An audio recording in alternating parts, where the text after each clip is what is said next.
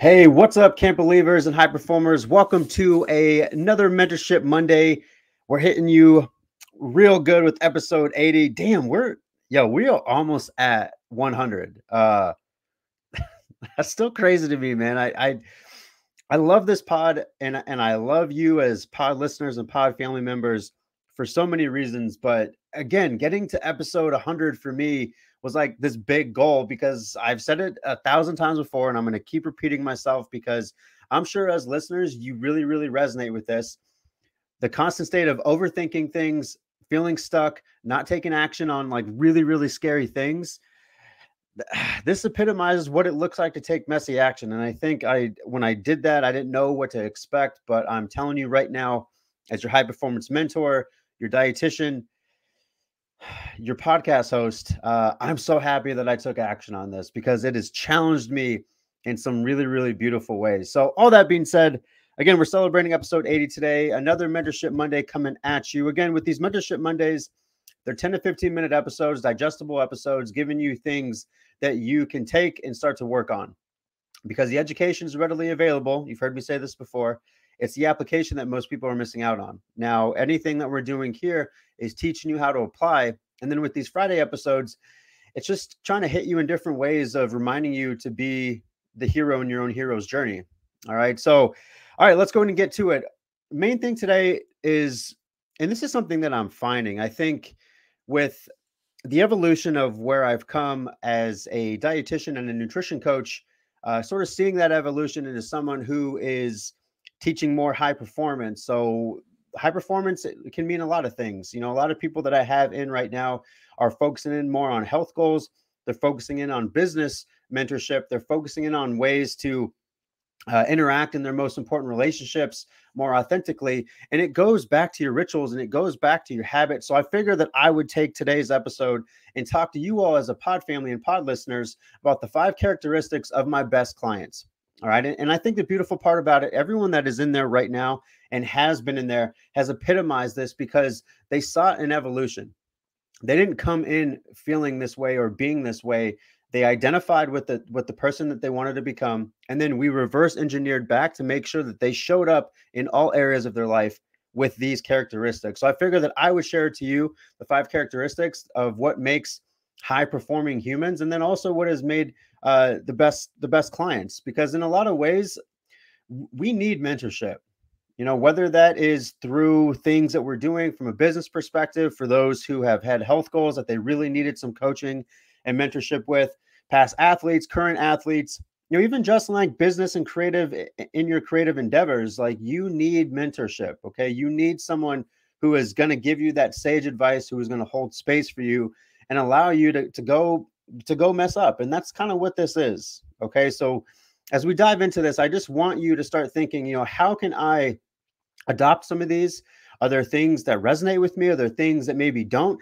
That's okay. That is entirely okay. But what I'm seeing from the standpoint of clients that have come in that have done the best and have created massive results in their lives, not only just from a health perspective, but in business and creative endeavors. I mean, that's why we're doing this pod, right? That's why we're trying to get into minds of high performers and trying to get you to become that high performer that you need in your life. All right. So let's start off with number 1. The best people who have really, really crushed it and have gotten to a point where they are coachable and they're able to do some beautiful and magnificent things, they enjoy taking action. They may not know what it looks like, and it's absolutely messy action. You know, even if we're developing health goals, if we're developing, you know, business tactics, if we're allowing them to go out and do some things that are uncomfortable, these same people, they enjoy taking that action because simply for them and being able to take action is more of a dopamine hit than it is to keep focusing just on the result. Results are needed, right? I think when we go into endeavors from a goal standpoint, like we want to get the desired result, but if you lose love in the process of simply just starting and simply starting to get to that end result, that's where you're going to lose out. So these same people, they have that type of mentality where it's like, okay, I'm going to be vulnerable in this process and I'm going to take your mentorship, Des, and just go with it. Okay. And so these people, they enjoy taking that messy action, and it is messy action at first. but it's something that I'm constantly seeing because it helps them to show up in different areas of their life. And if they're able to take messy action, it's very likely that they're able to go do some uncomfortable things, which is going to create more confidence. And then in turn is going to create a new identity, right? So identity-based habits. You're creating someone new within you to go do something really important. All right. Second one, they have confidence in their ability. Again, we kind of talked a little bit about that right now, but being able to go out and take messy action and to remind yourself that you have untapped potential and you literally are your main character in your story, being able to do that really reminds you that you can continue to do hard things. So not only do they have confidence in their ability, but they have some sort of inherent belief.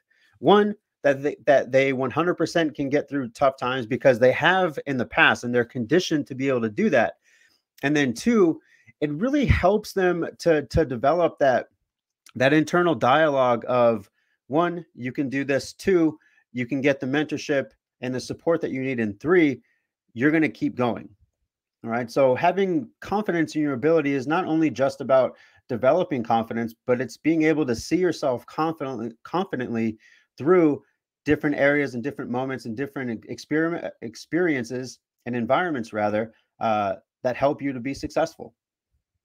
All right. Number three, they're good at keeping track of themselves. Oh my God. I can't say enough good things about the people that are able to do this, because when you're vulnerable with a coach or a mentor, your main goal is to make sure that you do a really effective job at communicating things that are going on in your life.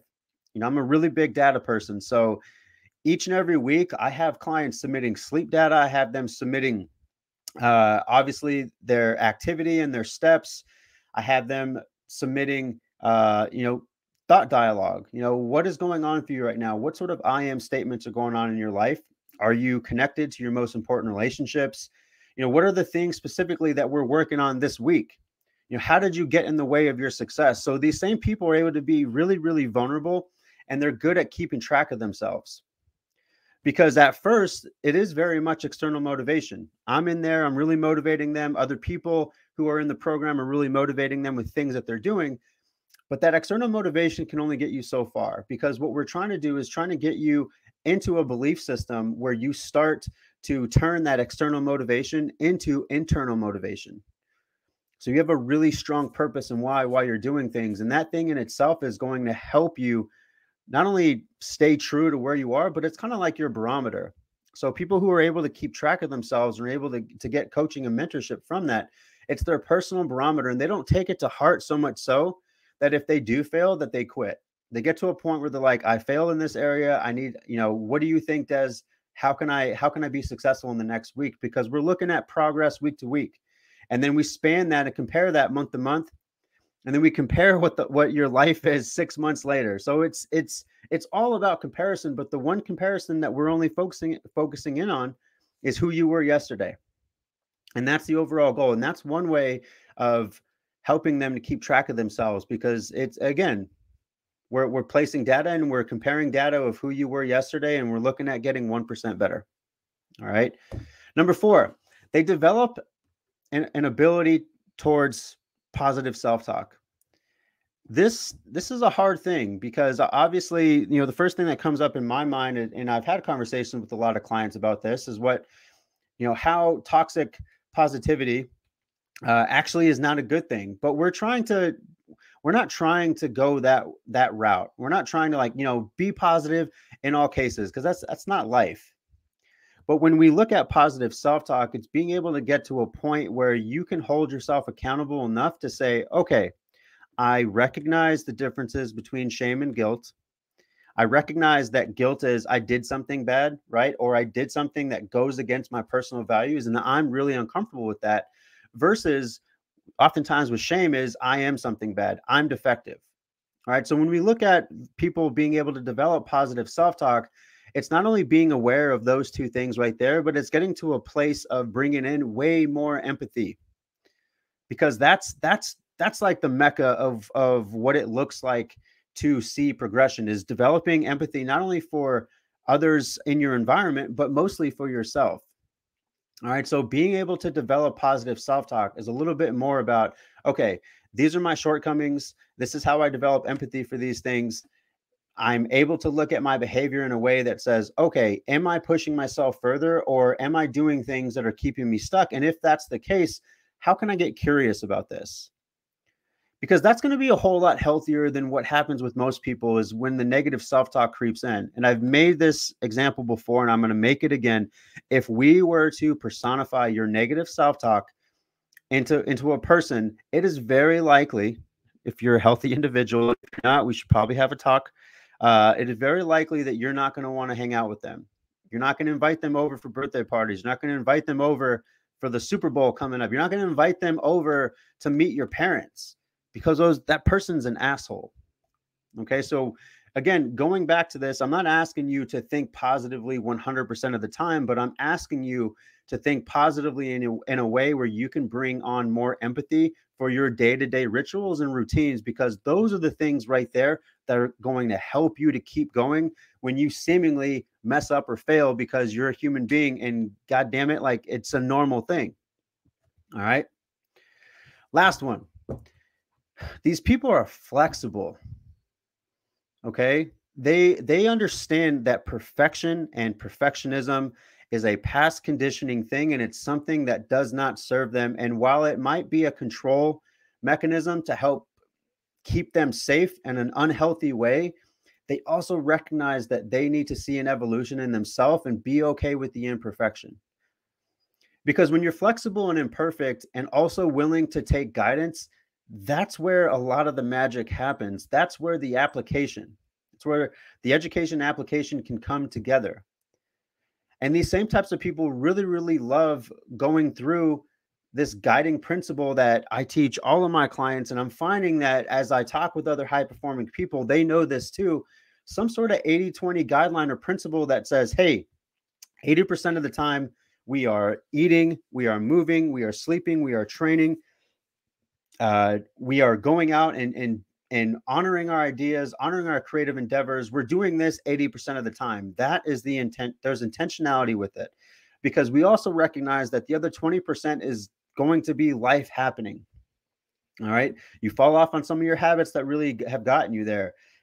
You have moments where you should be doing some things uncomfortably of getting you to that next business endeavor, getting you next to that, big dream that you have, where it's just life kind of happens, or maybe you just have an off day.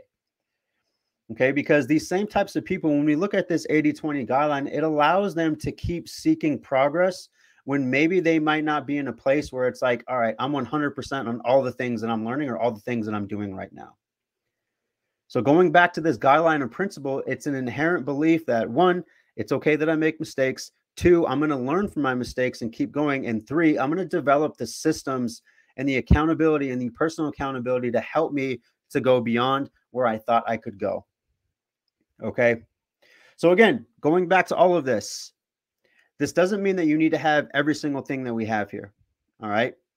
A lot of the feedback that we have here is not only based off of scientific literature, but it's also based off of what I'm seeing too. So, pick one or two things you might want to be intentional with and try to create some, not only just systems with it, but some intentionality of like, okay, so if I want to be better at keeping track of myself, can I get myself a journal?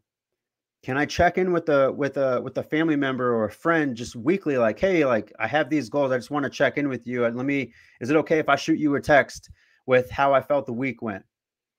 Because that's where, again, you can go back to creating some consistency and some progression, because that's what most people want in life. I think that's what I'm finding too. People want progress, and I think that's okay. All right. So as always, you have homework. So if there's something in here that spoke to you, or maybe one of these characteristics that you're either embodying or want to embody, make sure that you take a screenshot, tag us at Desi Abeda or at I Made It Pod. We want to repost it. We want to celebrate with you. Again, this is part of the homework. So let's make sure that we're doing this. All right. Catch you on the next episode. See you all later. Peace.